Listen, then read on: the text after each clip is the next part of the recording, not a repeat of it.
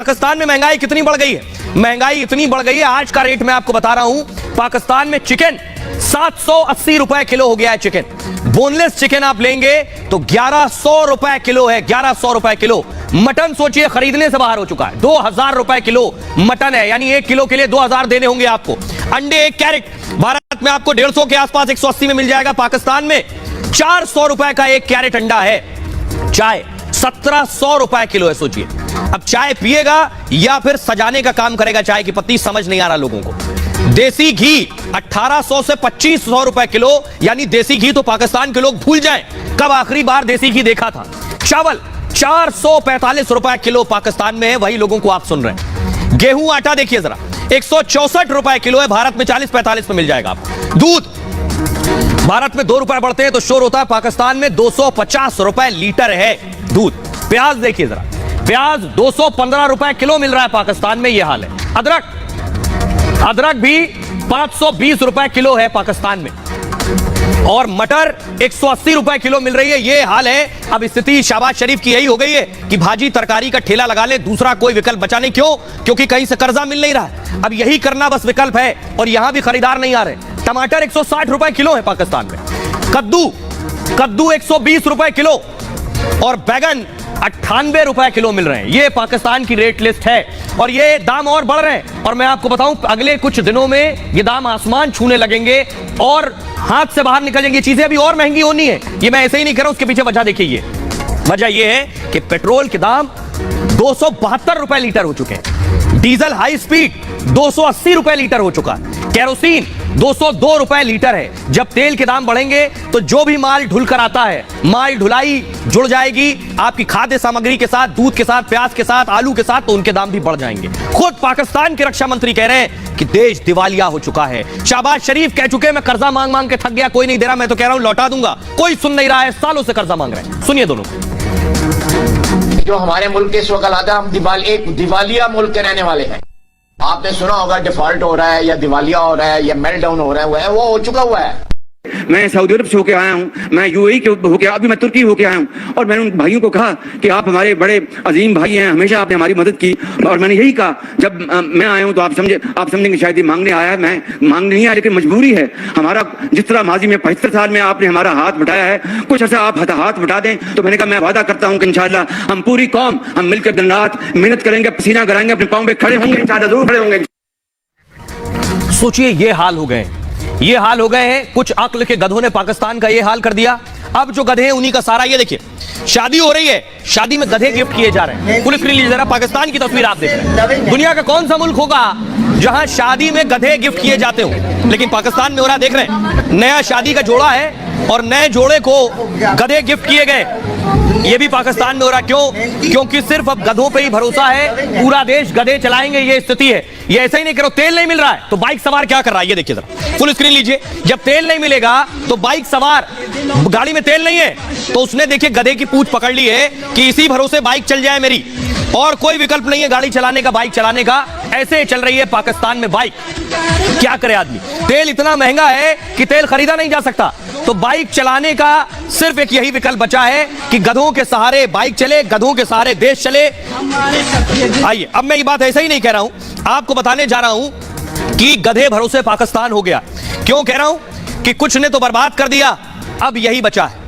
पाकिस्तान में गधों का बिजनेस अब तेजी से बढ़ रहा है। शहबाज शरीफ और पूरे देश को यह लग रहा है कि अब सिर्फ यही सहारा है, यही बचा सकते हैं, बाकी कोई नहीं बचा सकता है। अकेले लाहौर में आपको बताऊं 41,000 के करीब गधे हैं, ये वाले नहीं, ये वाले 41,000 के करीब। पूरे पाकिस्तान में गधों की आबादी 57 लाख के करीब पहुंच चुकी है। 57 लाख अब इन्हीं का सहारा है।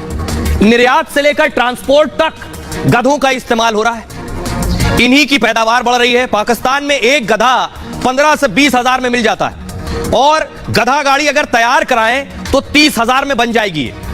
यानी सोचिए पाकिस्तान में जब तेल खरीदने की हालत में कोई नहीं बचेगा तो ये 20-30 हजार की गधा गाड़ी चलेगी और 15 से 20 हजार में गधा आएगा। एक गधा गाड़ी करीब 370 किलो वजन उठाती है, माल ढुलाई बचेगी, इसलिए पाकिस्तान को यही सूझ रहा है। परिवहन में भी कराची हो या लाहौर, गधा गाड़ी चल रही है बेशुमार।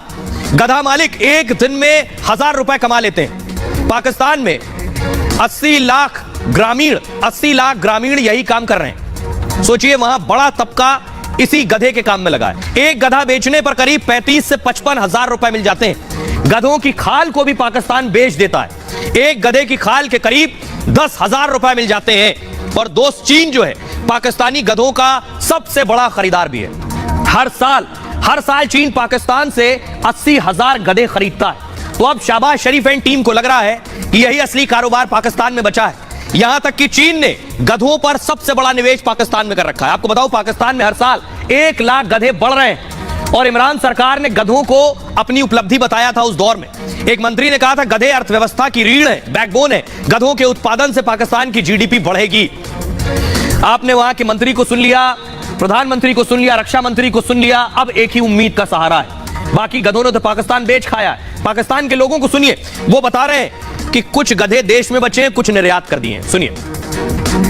बहुत मजा आया और इस गधे ने हमें टांगे की याद ताज़ा करवा दिया। बाइक की जगह पे गधा लगाना पड़ा है और ये जो चिंची अब ये गधाकारी की चिंची बन चुकी है। पेट्रोल की कीमत अभी इनको कम करनी चाहिए, वरना यही कुछ ही होगा जो आज हो रहा है।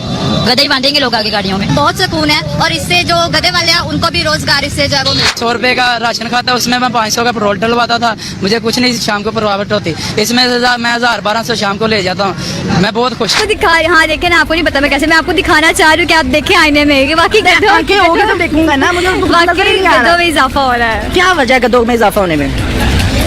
कुछ कहने की जरूरत नहीं है, सबके सामने है। पाकिस्तान में इजाफा होता है, बाहर के मुल्कों में क्यों नहीं इजाफा होता? ऐसे गधे से पाकिस्तान में ही शुमार होते हैं। वो कहते हैं 2 तरह के गधे हैं, एक तो वो है जो चाइना ले गया, ठीक है, और जो पाकिस्तानी गधे हैं उनको अल्लाह हिदायत है। वजन बहुत ज्यादा हो गया लोगों का, किसी की बातों में वजन है, किसी का वैसे वजन है। उठाने वाला भी कोई होना चाहिए ना। आपको पता है जो ज्यादा उठाता है वो ज्यादा कामयाब है। गधे कामयाब पता चल जाता है।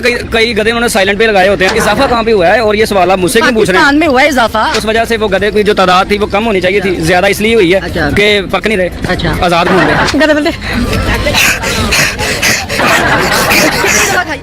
अब देखिए जरा पाकिस्तान के हालात ये हैं, इतने बुरे हालात हैं, लेकिन अभी भी घोटाले हो रहे हैं। घोटाला ये हो रहा है, ये जो सामान आप देख रहे हैं तुर्की भेजा जा रहा है, इस सामान में भी घोटाला कर दिया गया। यानी जहां भूकंप आया है वहां मदद की बात करिए, लेकिन इसमें भी घोटाला है, इसमें भी करप्शन है। अगली तस्वीर दिखाइए जरा। ये भेजा गया शहबाज शरीफ को, आप देख रहे हैं शहबाज शरीफ ने जो मदद भेजी, उसके बाद शहबाज शरीफ खुद तुर्की पहुंच गया। अगली तस्वीर दिखाइए जरा। ये आप देख रहे हैं शहबाज शरीफ टर्की पहुंचे हैं जब, ये वो तस्वीर है, फुल स्क्रीन लीजिए जरा। क्या घोटाला हुआ है ये मैं आपको बताऊंगा। पाकिस्तान का घोटाला जिसमें शहबाज शरीफ खुद फंस गए। पाकिस्तान के लोग अब मजाक उड़ा रहे हैं कि देश में हालात ऐसे हैं और हमारे जो नेता हैं वो भ्रष्टाचार से बाज नहीं आ रहे। पाकिस्तान का घोटाला देखिए, एक देश जो भूकंप से पीड़ित है उसे आपकी सहानुभूति की जरूरत है, उसे आपकी मदद की जरूरत है, लेकिन उसमें भी खेल कर दिया पाकिस्तान के नेताओं ने। देखिए क्या किया इन लोगों ने। किया यह है कि तुर्की की मदद में घोटाला कर दिया। घोटाला यह किया कि कंगाल पाकिस्तान ने तुर्की मदद भेजी थी और मदद के पैकेट बाहर पाकिस्तान लिखा था, पैकेट के बाहर, और पैकेट अगर खोला गया तो अंदर माल तुर्की का था, लिखा था गिफ्ट फ्रॉम तुर्की, यानी ये गिफ्ट भेजा गया था पाकिस्तान। मतलब वो मदद जो पाकिस्तान को तुर्की ने भेजी, तुर्की ने बाढ़ के वक्त पाकिस्तान की मदद की थी। उस वक्त मदद के बहाने पाकिस्तान ने वही पैकेट दोबारा तुर्की भेज दिए। पाकिस्तानी मीडिया में ही शहबाज का मजाक उड़ रहा है।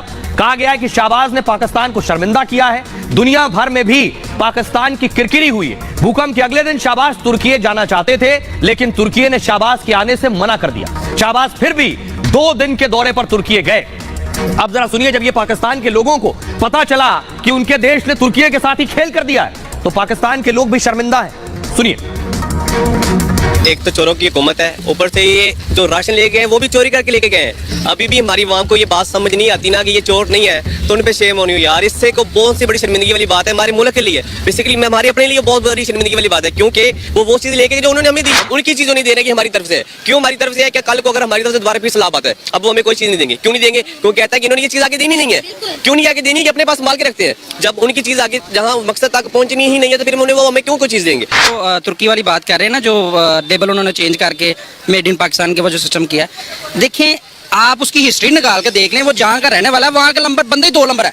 अच्छा, ये हमेशा 2 नंबरी करके ऊपर आते हैं और 2 नंबरी उनके साथ भी करती है। गरीब आदमी है, अभी तो उनके ऊपर देखें, अभी हमारे हिसाब से तो वो भी जिस तरह हमारे यहाँ पे सलाब आया था और उन्होंने इमदाद भेजी, और हमारे पास अगर नहीं है तो यार उनको कह दो नहीं है नहीं है ना, हम नहीं दे सकते। हम नहीं दे सकते, उनको भी पता है कि यार है ही करप्ट लोग ने, इन्होंने तो उन्होंने दे भी दिता ना तो इन्होंने खा लेना। हमारी जो हुक्मरान तबका है उन सबका यही हाल है कि जब भी हमें कोई इमदाद यहाँ पे सलाह मुतासरीन के नाम पे, यहाँ पे कोरोना के मुतासरीन के नाम पे जब भी इमदाद मिलती है तो ये जो करप्ट हुक्मरान है वो अपने जो हवारियाँ हैं उनको नवाजने पे तुले होते हैं। यही तो अफसोस की बात है कि तुर्की तो बहुत दूर की बात है, अपनी जो आवाम है, पाकिस्तानी आवाम है, इनको नहीं दे वो दे रहे हैं। पाकिस्तान में तुर्की के अलावा पाकिस्तान के जो आवाम का हाल है, आज लोग खुद भूख की वजह से अपने बच्चों को कत्ल कर रहे हैं, खुदकशियाँ कर रहे हैं। इनको अपने आवाम का ख्याल नहीं है तो इनको किसी दूसरे आवाम का क्या ख्याल होगा। अब आइए मैं आपको बताता हूं कि आखिर पाकिस्तान के जो हालात हैं ये जो पाकिस्तान की बर्बादी है इसके 3 कारण हैं। वो 3 कारण कौन से हैं सोचिए जरा, आपके भी जहन में वो 3